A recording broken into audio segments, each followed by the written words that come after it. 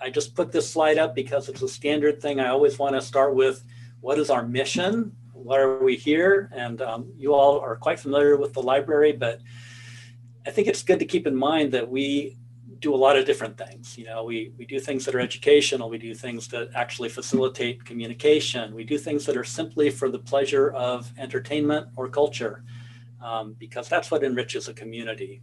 And the vision that we hold, that we've developed over the last few years, is to be the heart of the community. Mm. And just for a little history, some people recognize this building. This is a building that we were in from 1956 to 1993. But this library has been around since 1910 as a city library. And it's been in a few places. Originally, it was established in a room in the old state capitol building. And it was there for a long time. But then eventually that building was condemned for habitation, and the library moved to a few different temporary locations here and there on First Street and so on. But then this building that you see a picture of was purpose built as a library. And I think that surprises some people who think it sort of looks like a typical 1950s tract home. And in fact, at the present time, it actually is a home. It's been converted into a home. And it's really fun to see that.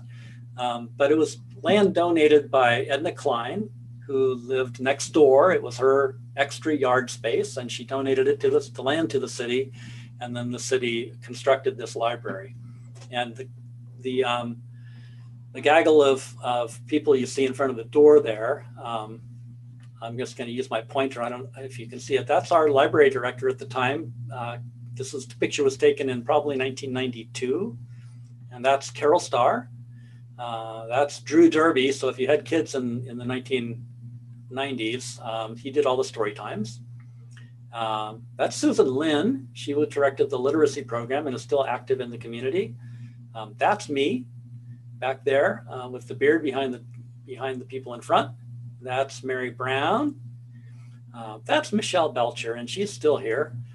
She's been here forever, and she's our wonderful standby. That's Kim, last name not coming to me. That's Faye Stoneman.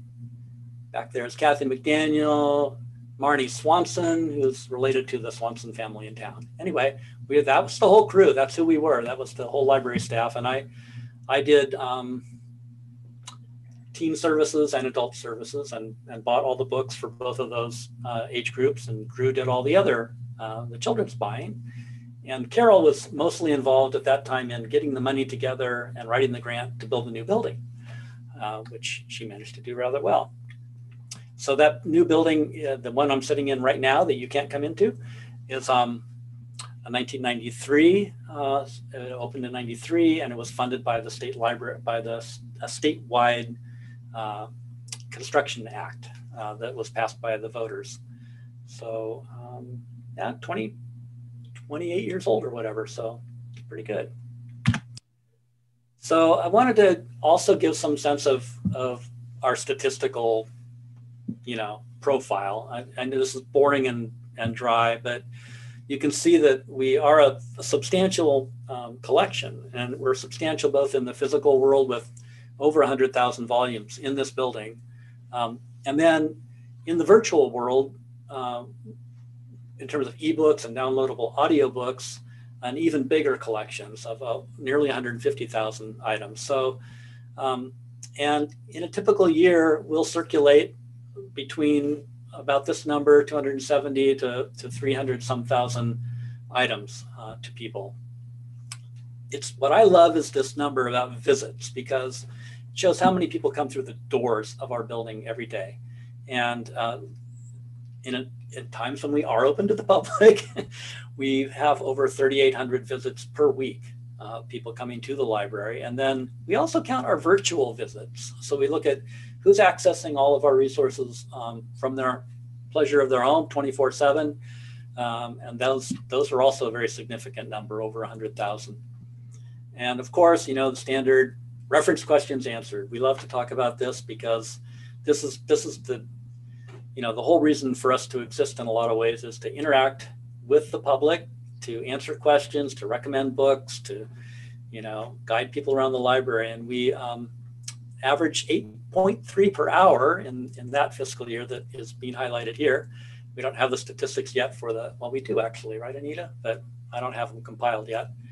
And registered borrowers, that's another good metric because it shows, in a city of 28,000, we have well over half the town has library cards. So that's not bad. I did this presentation partly originally for the city council so that they could, I could sort of brag about the library to the city council. And the photo on the screen shows our new roof and with the copper. So that, believe it or not, that project just happened in the last fiscal year. It seems like 5 years ago now that we, for years and years, had the original roof. And the original roof was steel with covered with a paint that was meant to look like aged copper. And to make it look even more like aged copper, somebody had the bright idea of doing an acid wash on top of that paint. And that put holes in the roof, and it leaked ever since. So it may have looked sort of like an aged copper roof, but it wasn't, and it didn't really act as a good roof. So this re-roofing project was really crucial to making the building last longer. So that happened. It was funded by Measure C sales tax funds, which are largely aimed at construction and infrastructure projects in Benicia. Also in this year, big milestones. I don't know if people know, but if you're a middle school or high school student in this town, your student ID works as a library card. And this is a huge step in the right direction for making sure that students have access to all of our databases when they're at home, that if they're in the, get assignments from school, that they can, if they have internet access at home, which most people do, not all, they can access those resources. They can also use those cards to actually check out physical books and other materials in the library. Another huge milestone in this year was that we eliminated library fines. This is a national movement on the part of public libraries everywhere to improve equity of access. As you might be aware, any kind of fines in the world, whether they are traffic fines or library fines or whatever, these are things that impact the people who can least afford them the most. And so in an effort to make sure that the people who most need the resources of the library have access to them and aren't stopped from using the library because they have library fines, we eliminated library fines. Now, that doesn't mean that you're not responsible for the materials you check out. If you check out materials, you still are responsible to return them. And if you don't return them, then you will receive a bill to pay for them. And if you receive bills in excess of total of 3 lost items or more than $50, you will be blocked from using the library until you clear that up. But it's a big step in the right direction. It was a year when we were adding a lot of new online resources, and I'll be talking about those some more later and showing those to you. And of course, the big one is that we've been responding to this pandemic.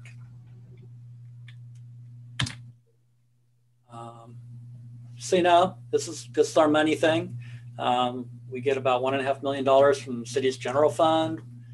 There's an 1/8 of a penny sales tax countywide, and our share of that winds up being about $730,000 a year. Our friends of the library are amazing, and in a normal year they raise around $70,000 for us, and that goes mostly towards the book budget. This year, because of the lack of book sales and the fact that we can't have large congregate gatherings, that money probably won't be there. And then we get some state funding, especially for our literacy program, and some from the school district also for literacy and for adult education. And then you can see how we spend that money. Because we're a service organization, the lion's share is spent on staff.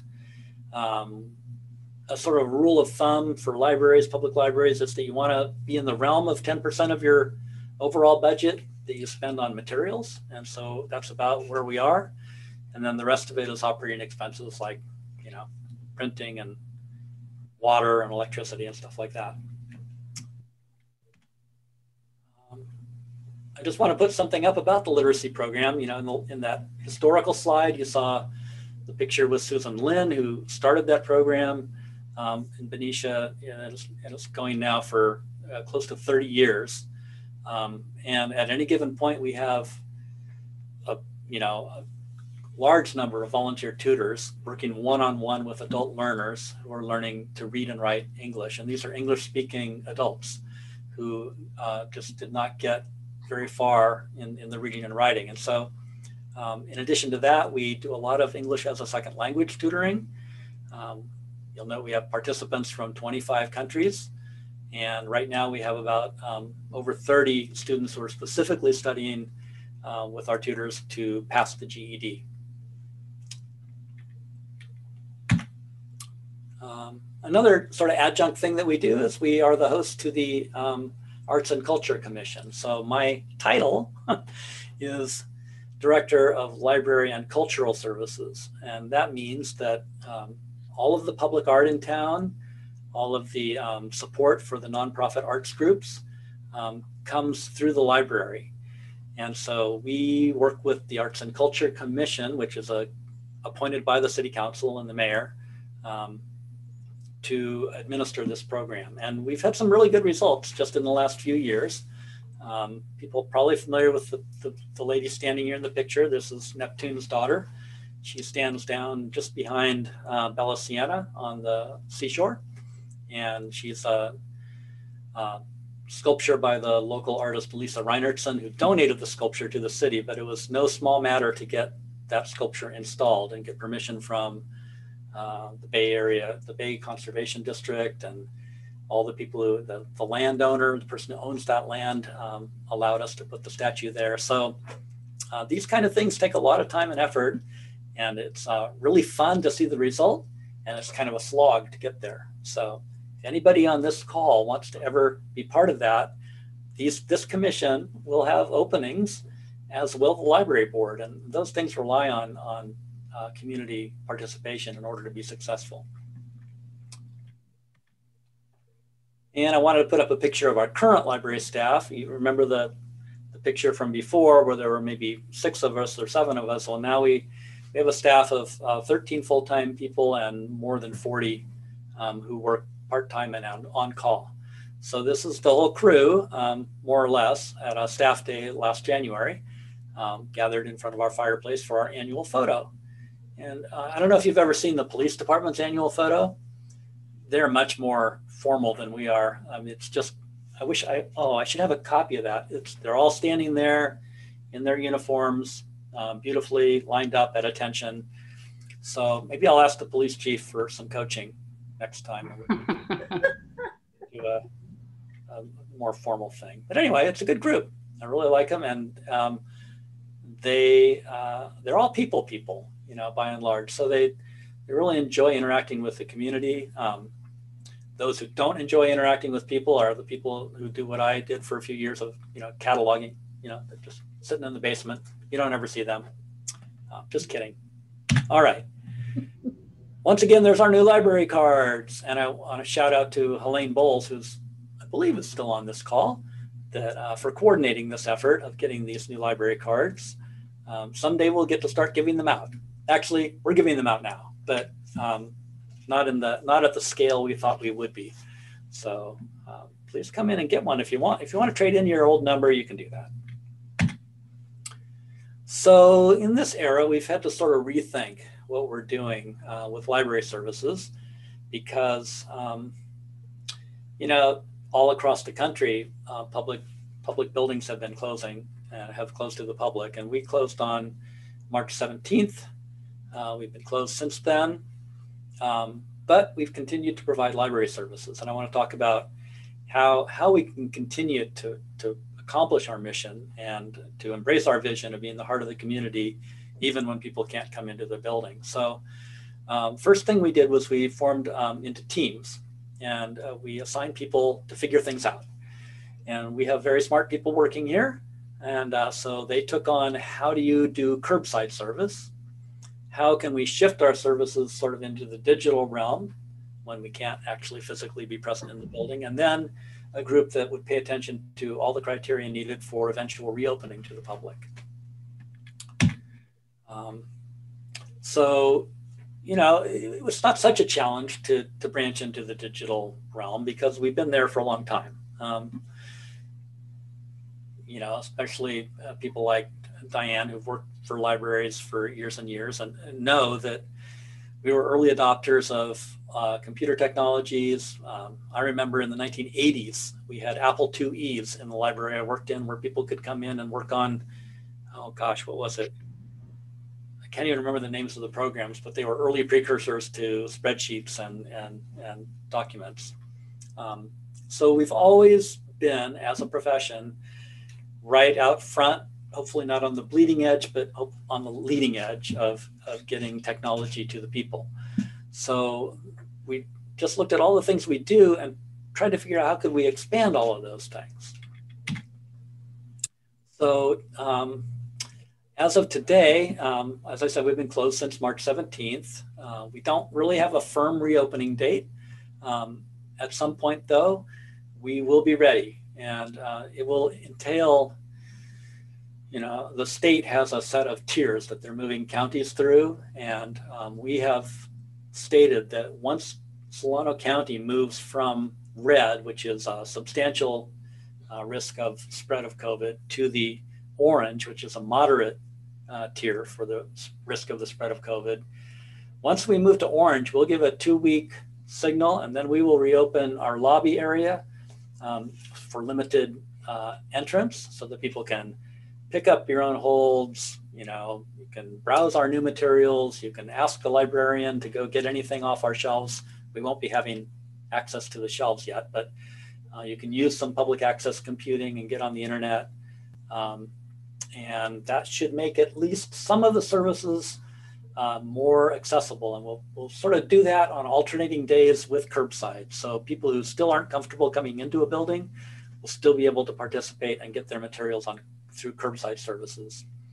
So the other thing that we've done is, as I said, we've been expanding our downloadable and online materials. And really the most creative people in this effort have been our children's librarians. They figured out how to do online story times, how to get their kids doing book clubs, how to do summer reading program when no kids could come into the library.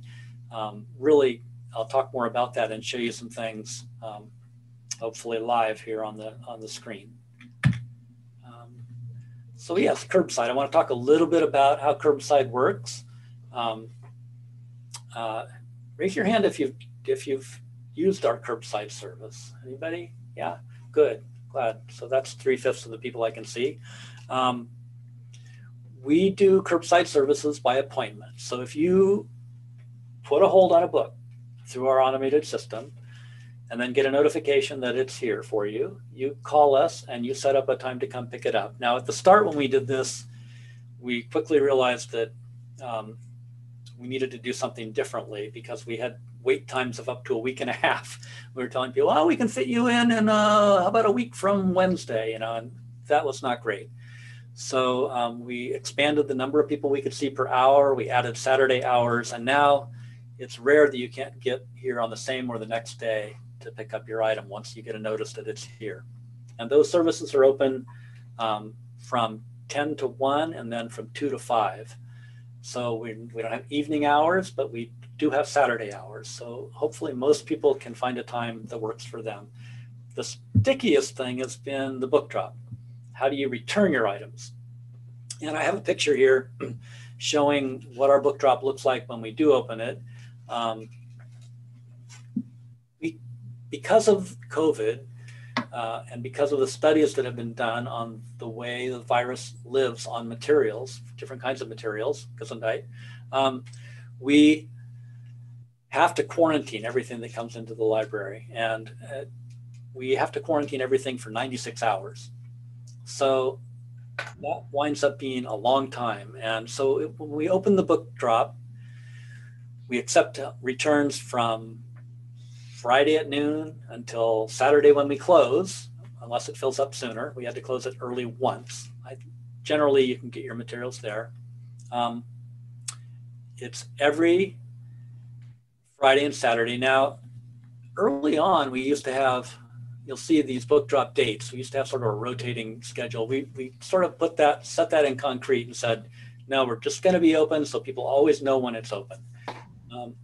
And because we don't have library fines now, I think there's a lot less trepidation from people in terms of when they can return their books. Some people really are kind of upset with us that we have to do this, but we're just trying to keep everybody safe.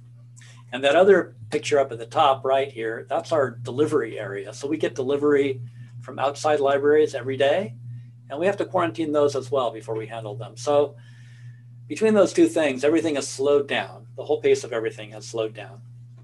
But we are still providing roughly about 40% of the circulation rate that we do in normal operations. So it really is still pretty heavy usage. Unless there are questions, I'll move on from that. Doing good.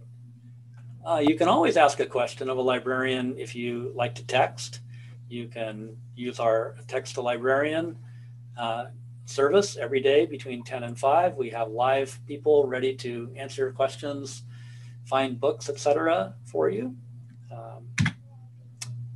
And I want to talk for a minute about social media, because there's been kind of an explosion of the library's use of social media during COVID, especially our YouTube channel, this youtube.com/Benicia Library.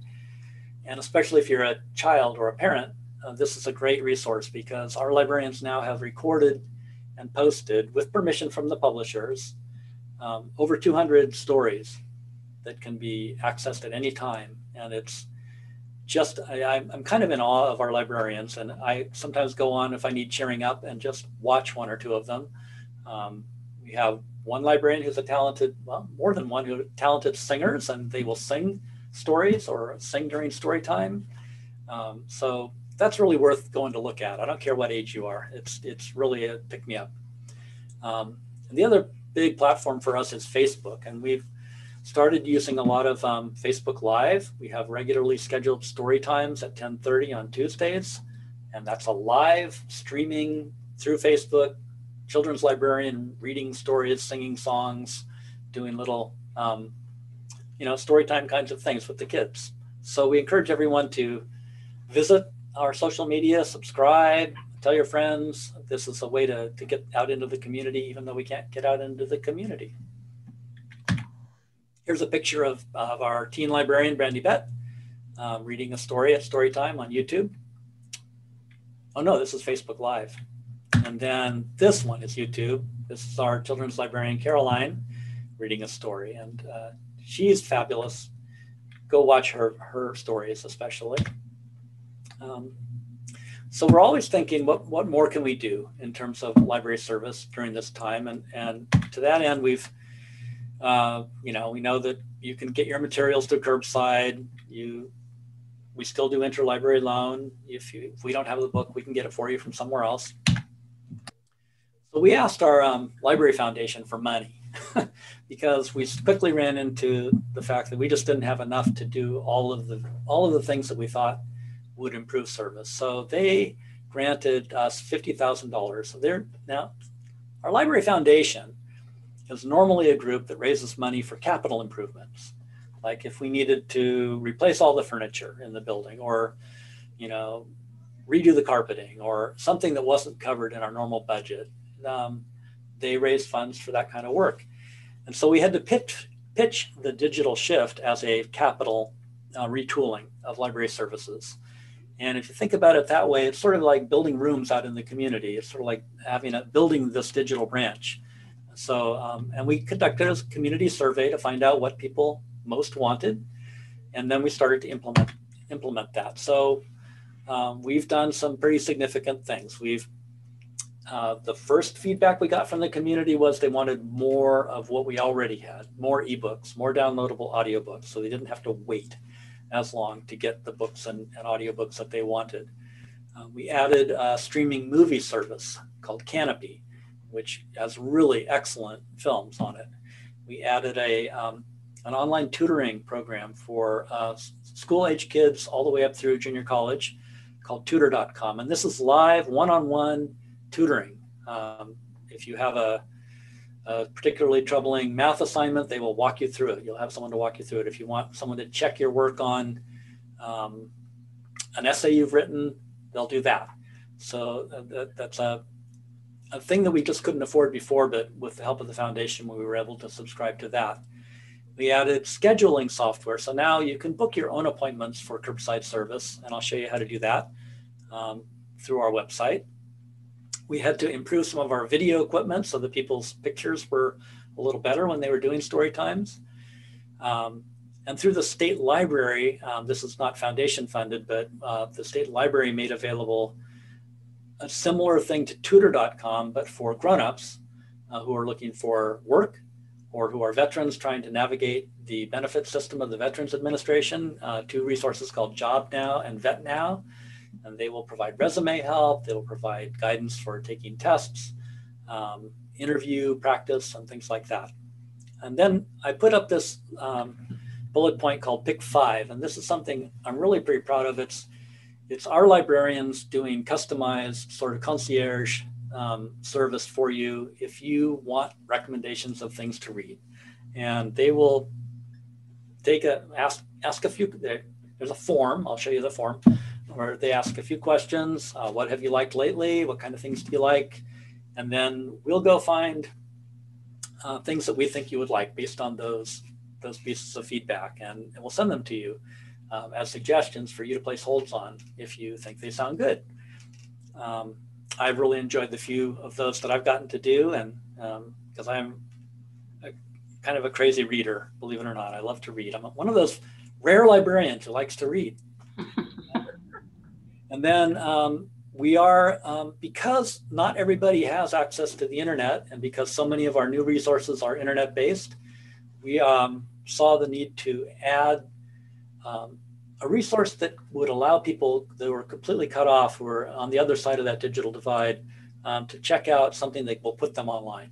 And so there, we will be purchasing and circulating hotspots, internet hotspots, which will allow people to hook up through Chromebooks, which we are also purchasing and circulating, to the internet, and to be able to get at the kind of resources. I mean, really, the internet's kind of like a public utility these days.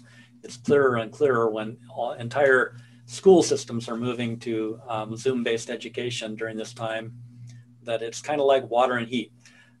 So we want to at least do a little bit to help provide access to those resources. And that's all. Most of that's funded through this foundation grant. Okay, so that's the end of my PowerPoint. I really don't like PowerPoint, but I'll use it because it helps me remember what I'm talking about. What I'd really like to do is take you all on a little tour of our website. I've had some feedback over the years that it's hard to know where to find things, on the website. So here's your chance to take a tour with me. And I say here, when we come back, I'm happy to take questions, but really with this size group, I'm happy to take questions at any point. So if I'm not covering the thing that you want to know about, let me know that, and I will do it. So now I'm gonna stop screen sharing, go back, see who's still here. All right. And then, so any questions so far? Nice to see everybody's face again. Yeah, no. No? Yeah, Jean? No, she's just waving. Okay, all right. So I have a question. So in that where you can quarantine books, why are you not taking book donations and just quarantining them until you can reopen? Well, we get a lot of donations when we take donations.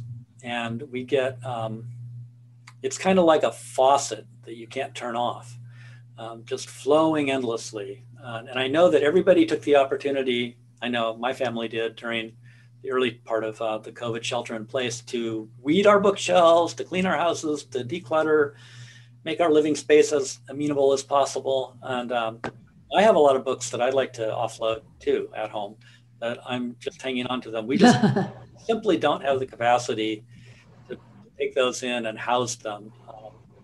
until such time as we have our volunteers back. And we're not having any volunteers in the library right now. So. So some libraries are doing that. They're allowing people to ask for a book that is a used book, and asking if, do you have that book, and then doing it that way. That's not in part of the plan for Benicia. No, but that's an interesting idea. I'm open to all ideas. I want to hear what other libraries are doing. I'm part of a statewide call every 2 weeks with library directors from throughout California, and we share with each other how we're approaching everything. And everyone has different ways of dealing, especially with their friends and their book sales. And I know that in San Rafael, for instance, my old library, they're having a live in-person book sale this weekend. And I want to get in touch and say, how are you doing this? And almost ask them, why are you doing this? Because it seems like it's a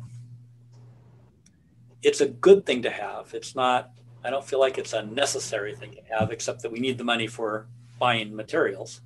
And I have been known on many an occasion to go down into our friend's bookstore and snag things from the shelf that I think might be there that people are asking for that aren't on our regular shelves, and say, well, you could pay $1 and get this if you're up for it, or just take it and bring it back. So I'm one of the worst offenders for getting people the used book. I mean, I want to get books to people. That's the first law of library science, is books are for use. And I really want to do that as often as possible. Jean, was that a hand now? No, it's a hand up. Okay. So along the same lines as Susan's question, but slightly different, how about donation of paper bags? Because I've gotten so many paper bags from grocery stores. And I know eventually the friends will be going back into business and will have their $5 a bag sale. And I would love to get rid of a lot of paper bags. Well, we haven't. Is that still in the same category? It's in the same category because it's something that needs to be, that kind of paper is really not that dangerous. It's about a 24-hour quarantine usually for that kind of paper, like your mail. If you're quarantining your mail, you want to maybe let it sit for a day. It's plastics and things and book covers and magazines that are particularly dangerous. And magazines, surprisingly, they're the source of the 96-hour quarantine requirement mostly because they found COVID living on magazine glossy pages for up to 6 or 7 days, actually. So really? We're just trying to err on the side of safety. Okay. So I guess my answer is no. We're buying paper bags like crazy because that's how we distribute our curbside materials. And at some point, it would be really nice if we could start reusing our own paper bags. But for now, we're not even doing that. So because we have to ask staff to handle all the things that come through the library. And I'm really trying to adhere to all the protocols. And it becomes more and more difficult to do that when you have more and more kinds of items coming in. Okay, I understand. I'm sorry. No, it's okay. Good question. I'm really happy to try to answer anything. So I'm over 45 minutes into this. I know, you're having trouble. Oh, wow. I didn't think I could do that. You're doing great. Well, I guess I'll if it's okay, I'll try to do a quick look at the website and then wrap it up. So here we go. I'm gonna try to find where is my web browser?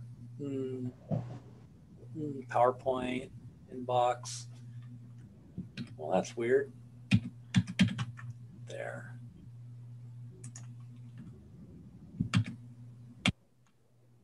No, you're not seeing that. Or you're not seeing it, are you? No, you have to share screen again. Yeah, share. There you go. Let me go to my web browser. There we go. Oh, good. There you go. Okay. Oh, look who's on the front page. You were. So this is our home page. It's a landing page that has a rotating sort of carousel of things that are going on. And I want to start at the top because people often don't see this black band across the top. which has things like a direct link back to the City of Benicia website. So you can click that at any time if you want to go get a job or find out what the city's doing on anything or view an agenda for a city council meeting. It has a quick link to our book drop dates. It has a contact us button, which will let you ask a question. It has a direct link into your account if you want to sign in so you can be able to request books without having to re-enter your library card number over and over again. So those are just some quick things that we have up top, and they're kind of hard to see, but they're there. The next section down is this, includes this search box. And the search box defaults to a catalog search. And you can see what I've looked for lately. So here's where you can search the catalog that includes the Solano County Libraries and the St. Helena Library. We are all part of a consortium together called SNAP, Solano NAPIT, not SNAP, Splash. It was called SNAP in the old days. Now it's called Splash for Solano Partner Libraries and St. Helena. And this is a search feature that might be more useful than you would even believe because it searches this website. So if you say, oh man, I was on the library website and I saw this database or I saw, this resource that now I can't find it through their browse function, which is the next bar down. I want to search for it. You can type in thing that you think you saw. Say you wanted to do genealogical research and you knew it was called Ancestry, and so you type in Ancestry and that takes you to a result that takes you directly to our Ancestry.com resource. So that's actually a really useful thing. And as soon as you've done a search in it, it defaults back to catalog. So if you want to continue searching in the website, you have to keep clicking on this little tab that says Cite up here. So that's just a little clue for you all. So any questions about that? I'm just going to keep going. The next bar down is a set of menu tabs, and it's these can be kind of hard to use because you'll hover over it and then it'll go away, right? So I find it useful to just be very deliberate when I'm trying to use these. So the first thing we have over on the left is our calendar. It has all of our events listed. It has them listed in several different ways, just a straight list. It has them listed alphabetically, and then it has our upcoming holidays when we might be closed. So if you click on event list, you'll see a series of things. The third thing down is what's happening right this instant. It also shows English as a second language class. It shows that we participated in the Great California Shakeout today. And then there are many things coming up. So you can just browse through on any given day and into tomorrow. Tomorrow we're starting something very interesting you might want to know about. It's called Coffee Talk. And this is meant to be a place that people can just come and talk. Just come and be with other people on Zoom. If people are lonely and feeling isolated and just need to talk to other people, there's no agenda, there's no book we're all talking about. Just, come talk about whatever you need to talk about. This is actually, I don't know if people realize it, but this is a huge function of what the library is in the community on an ongoing basis. We talk to hundreds of people every day. And in some cases, we're the only human interaction people will have for the entire day. And it's, I think it's little acknowledged, but a hugely important and much missed part of who we are in the community. So I'm really glad that we're doing this. A shout out to Anita Faltrick for starting this up. And on, all the things that we always do, including some community and important things like last day to register to vote coming up on Monday in California. So that's the events calendar. Sort of the meat of the matter, as far as I'm concerned, is this one called Books and More. And this is where you can go into the catalog. You can, if you hover over this research menu item, you get another window opening over to the right that shows the kind of resources that we have online. So databases, and those are anything like databases, things that index magazine articles or provide access to newspapers or provide access to genealogical research or car repair manuals or business information. All those kinds of things are there. We do keep a list of useful websites, librarian curated. We have specific links for veterans and jobs that I talked about a few minutes ago. If you need help with your computer or your cell phone, we can provide some help with that. We have language learning, specific news about Benicia, access to government websites. Newspapers is kind of a big one. We have a subscription that allows you to access the New York Times every day for free. So you don't need to subscribe. You know, you hit those paywalls once in a while when you're browsing on the web and you've used your articles for the month. And well, guess what? Your library has a subscription to the New York Times that's available for you in your home remotely for free anytime. And a couple of other things on there. I'm trying to go a little bit fast. I'm sorry about that, but here's a sort of a what's new kind of thing. And this is sort of a reader's advisory. And there's where you see at the bottom of that list, that's Pick 5 service that we have, which I'm just going to go show you what the form looks like. So this is where, you know, you're looking for something good to read. You've pretty much exhausted all of your, you know, New York Times bestseller lists or whatever, and you just want some help. Or you know somebody else who wants it. And so this is for all ages. We have librarians who specialize in all ages. And ask a few questions. How old are you? How do we contact you? What do you like? What are you in the mood to read? Fiction, nonfiction, both. And then we take all this information and we take it away and we get back to you with an email with 5 suggestions for things you might like to read. I kind of love this. I think it's very fun. This is where you get access to our ebooks and our downloadable audiobooks. And there are lots of ways. I mean, this includes our streaming media of all kinds. So if you want to use Canopy and see what's on Canopy, this is where you go to do it. Overdrive is probably the one most people are familiar with. It has a really good reading interface called Libby that you can use as an app, or you can use Kindle apps if you have that kind of a e-reader.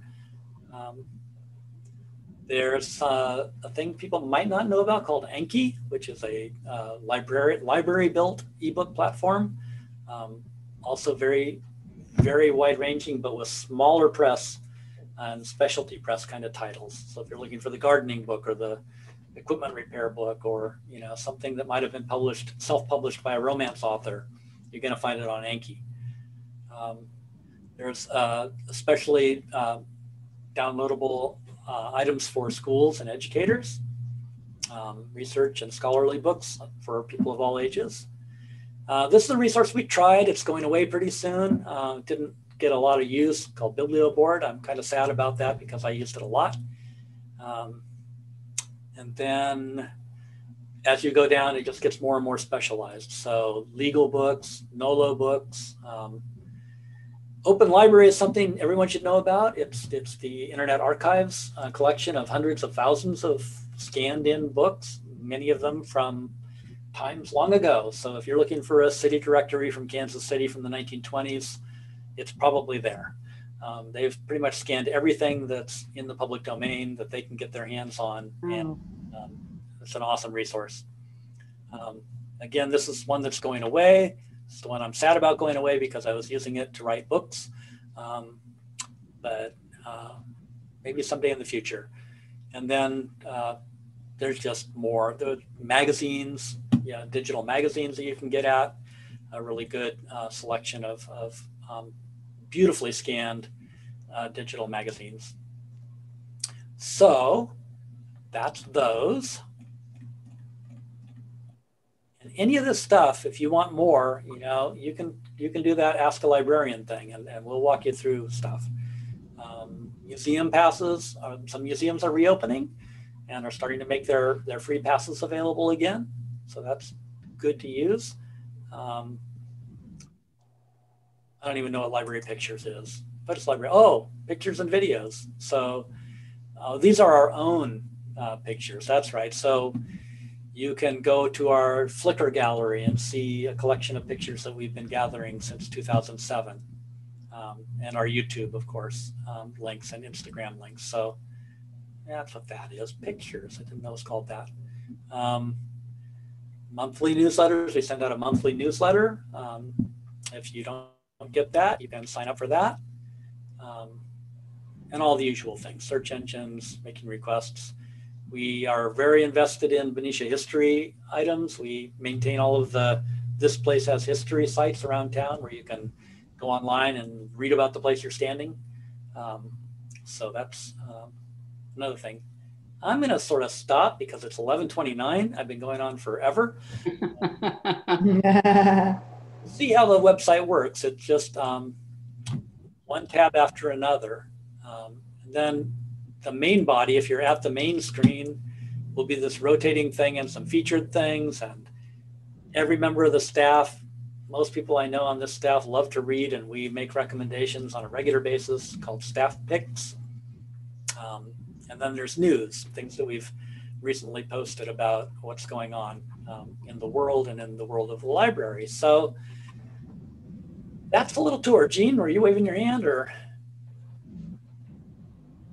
Nope, she was not. She's just adjusting her screen again. It just always looks like you're raising your hand. So Sorry. no, that's great. Anybody? I'm sort of scrolling through the participants here. All right. Well, then I'm going to stop sharing my screen.